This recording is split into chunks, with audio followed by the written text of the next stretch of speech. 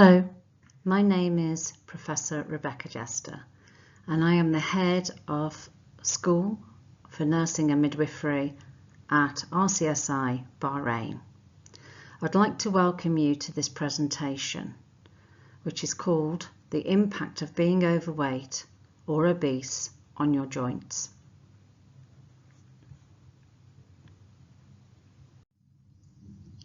The aim of the presentation is to talk about the impact of being overweight or obese on weight-bearing joints such as the knee and hip joints, and to discuss osteoarthritis of these joints and management strategies.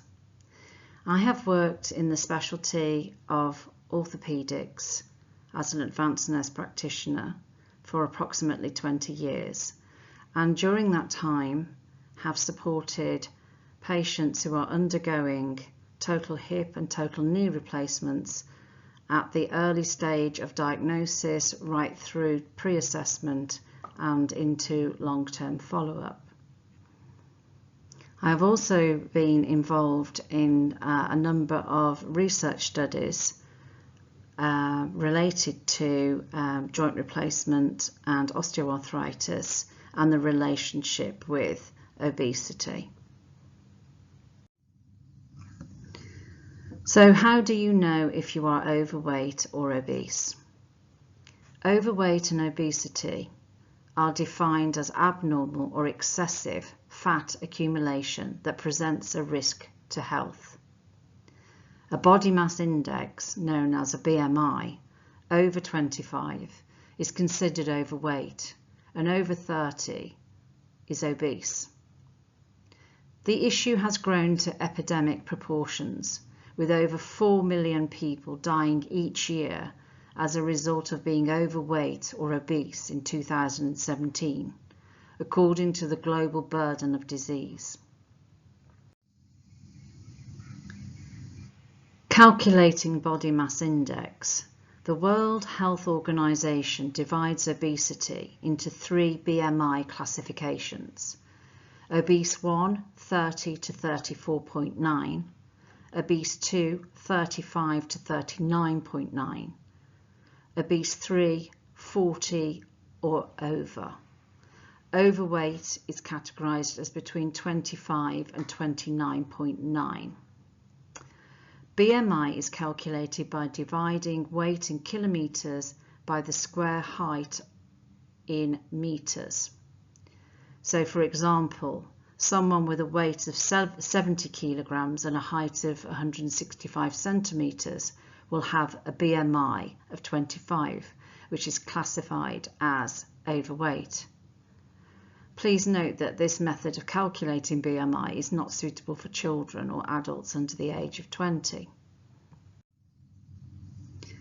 So what are the health problems associated with being overweight or obese? There are a number of medical conditions, including diabetes mellitus, hypertension, cardiovascular disease, respiratory diseases, cancers, and osteoarthritis. And this presentation will focus on osteoarthritis. So what is the relationship between weight and osteoarthritis? Obesity is known to be a risk factor contributing to osteoarthritis due to increased weight load and altered mechanical axes on weight-bearing joints such as the hip and knee. Many studies suggest that obesity contributes to increased rates of disc generation in the spine and subsequently low back pain, and most patients presenting for spinal surgery are obese. Being just 5 kilograms over your ideal body weight increases your risk of developing osteoarthritis of the knee joint by 30%.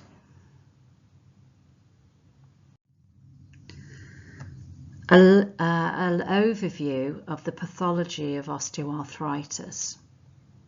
The changes within the joint due to osteoarthritis comprise 5 stages.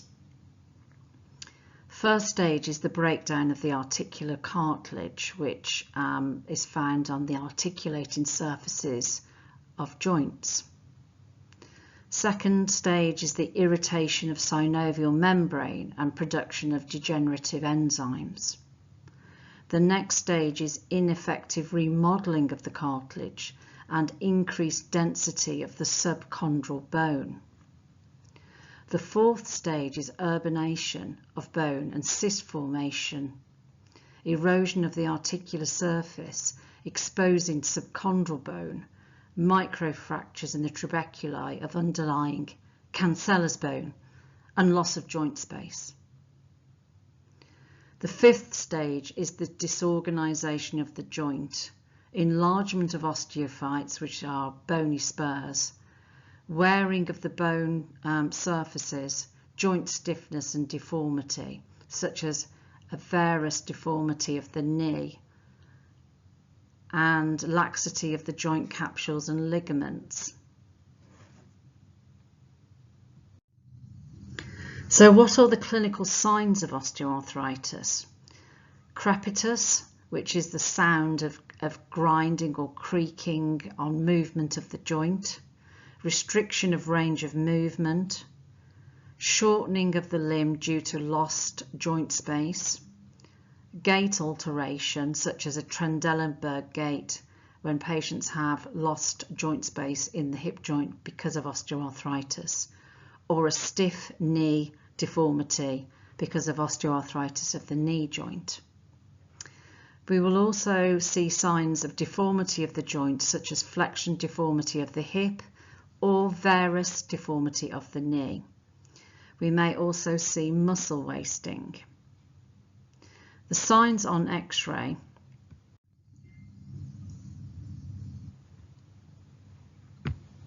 include loss of joint space, osteophytes and bone cysts. And here you will see an X-ray showing end-stage osteoarthritis of both knee joints, where virtually all of the joint space has disappeared and we've got bone-on-bone articulation. You will also note the varus deformity of the knees. Here is an X-ray showing osteoarthritis of the hip joint, again with reduced joint space and a subchondral cyst formation. So what are the symptoms of osteoarthritis? Often patients will present with pain at rest, pain on movement, and night pain which disturbs their sleep. This often has a dramatic impact on their quality of life. They may also report joint stiffness, reduced mobility, joint instability, particularly instability of the knee joint, leading to giving way of the knee joint and risk of falls. Patients' reporting of symptoms will depend on the stage of osteoarthritis and how they're able to manage with their symptoms. We often use disease-specific patient-reported outcome measures known as PROMs to assess patients' symptoms, such as using the Oxford Hip or Knee Score, which enables patients to rate how their symptoms are impacting on various movements and pain in their joint.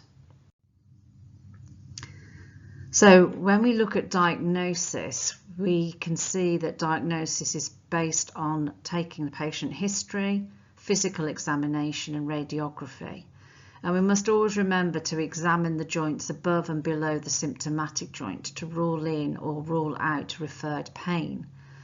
So, for example, a patient may present that they have pain in their knee joint, but we actually find that it is referred pain from the hip joint, for example. When we look at conservative or non-surgical management of osteoarthritis of hip and knee joints, we can include options such as supporting patients with weight loss if they are overweight or obese, liaison and referral to physiotherapists for provision of walking aids, adaptations such as raised toilet seats and bed blocks, muscle strengthening exercises, and good effective pain assessment and pain management regimes. Intra-articular corticosteroid injections should be considered as an adjunct to core treatments for the relief of moderate to severe symptoms. However, we must bear in mind that the frequency of these injections should be limited to twice a year to avoid damage to the bone density. Total knee replacement, primary total knee replacement, which means the first time that a knee is replaced, is one of the most commonly performed elective orthopedic procedures globally. Many of the patients undergoing this type of surgery are overweight or obese. The most common reason for patients requiring a total knee replacement is osteoarthritis of the knee, with 98% of the replacements reported to the National Joint Registry in England in 2015 attributing osteoarthritis as the reason for replacement.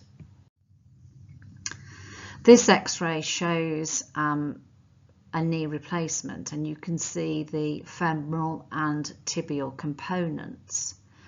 You will also notice that the patella remains in situ, and it is often that the patella is not replaced during a total knee replacement, but often the surgeon will smooth the back of the patella during the procedure to minimize any friction between the patella-femoral articulation.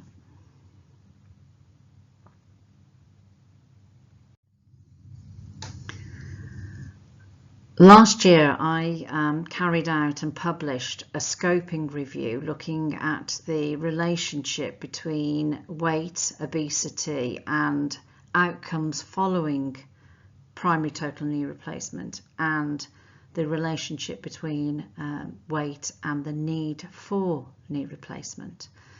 And the following slides present some of the key findings from that scoping review. So 8 of the studies included in the review reported on changes to patients' weight before and after total knee replacement. Clinically significant weight gain or loss is defined as more than 5% of the patient's baseline weight. So from these 7 studies, 3 of them reported a higher percentage losing weight than gaining weight after their knee replacement. However, 4 of the studies reported obese patients gaining weight following their knee replacement. And 1 study reported that morbidly obese patients largely returned to their baseline BMI post-operatively. In my clinical experience, many patients believe that once they've had a knee replacement that they will automatically go on to lose weight because they will become more mobile. However, this is not the case, and patients need to be advised of this pre-operatively and given support and guidance on weight loss and weight management strategies both before knee replacement and following. Obesity influences the need for a knee replacement, so the scoping review included 7 studies that reported on the relationship between obesity and the predicted need for a total knee replacement. All of the studies reported statistically significant associations between increased BMI and obesity with the need for a total knee replacement. And people with a BMI of more than 40 have a 32.73-fold increased risk than a non-obese person of needing a total knee replacement.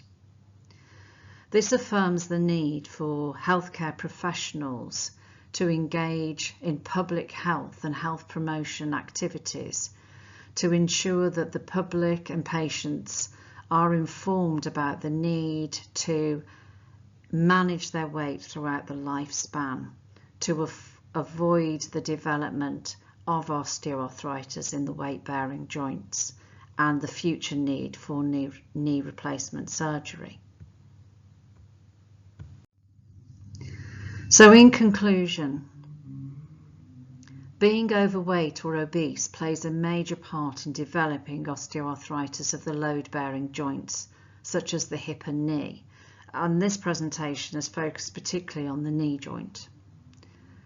People need support from healthcare professionals to manage their weight, and this is through the lifespan.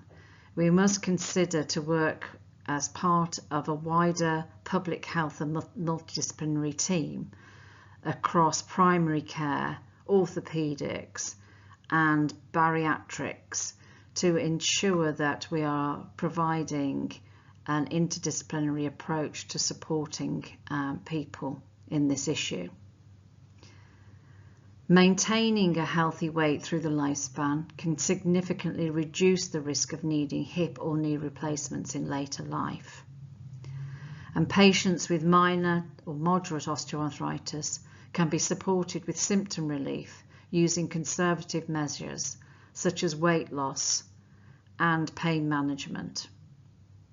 And also to reiterate that patients will not automatically go on to lose weight after joint replacement surgery. These are a number of the references that I've referred to throughout this presentation, including some of my own publications. I hope that you've found this presentation informative, and I hope that it gives you information to support patients and to think about health promotion and public health strategies that are needed here in Bahrain and globally. Thank you for listening.